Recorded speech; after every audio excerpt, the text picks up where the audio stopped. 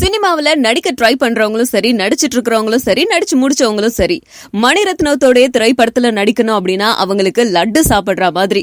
அப்படிப்பட்ட மணிரத்னம் ஓ காதல் கண்மணி படத்தை சமீபத்துல இயக்கி முடிச்சாரு. அந்த படத்துடைய வெற்றியை தொடர்ந்து இன்னொரு திரைப்படத்துடைய ஸ்கிரிப்ட் ஒர்க்ல இருக்காரு அப்படின்னு சொல்லிட்டு இருந்தாங்க.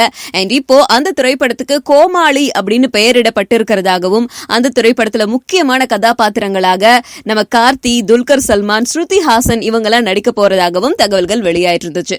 சோ இந்த நட்சத்திரங்களுடைய கூட்டணியில இப்போ நயன்தாராவும் சேர்ந்து நடிக்கிற மாதிரி ஒரு தகவல் வெளியாயிருக்கு. ஏற்கனவே மணிரத்னத்தோடைய திரைப்படத்துல நயன்தாரா நடிக்கிறதாக ஒரு வாய்ப்பு கிடைச்சது, ராவணன் திரைப்படத்துல. ஆனா அந்த திரைப்படத்துல நயன்தாரா நடிக்க மறுத்துட்டாங்க. அதை தொடர்ந்து மணிரத்னத்துடைய டீம் இந்த கதையை கொண்டு போயிட்டு நயன்தாரா கிட்ட சொன்னதும் கதை ரொம்ப பிடிச்சு போயிட்டதுனால இந்த திரைப்படத்துல நடிக்க சம்மதம் தெரிவிச்சிருக்கிறதாக தகவல்கள் வெளியாயிருக்கு. அண்ட் இன்னொரு விஷயமும் வெளியாயிருக்கு. அது என்ன அப்படின்னா, சிவகார்த்திகேயனோட ரஜினி முருகன் திரைப்படத்தோட ஹீரோயினா இருக்க கீர்த்தி சுரேஷ் இவங்க தொடர்ந்து 5 திரைப்படங்கள்ல நடிச்சிட்டு இருக்காங்க. முதல் படமே வெளிவரல, அதுக்குள்ள இவங்களுக்கு 5 திரைப்படம், அதுவும் பெரிய பெரிய நடிகர்கள் கூட நடிக்கிற அளவுக்கு இவங்களுடைய மார்க்கெட் பயங்கரமா ஹைக் ஆகிக்கிட்டே போயிட்டு இருக்கு. அந்த வரிசையில மணிரத்னத்தோட இந்த திரைப்படத்திலையும் இவங்க நடிக்க போறதாகவும் தகவல் வெளியாயிருக்கு.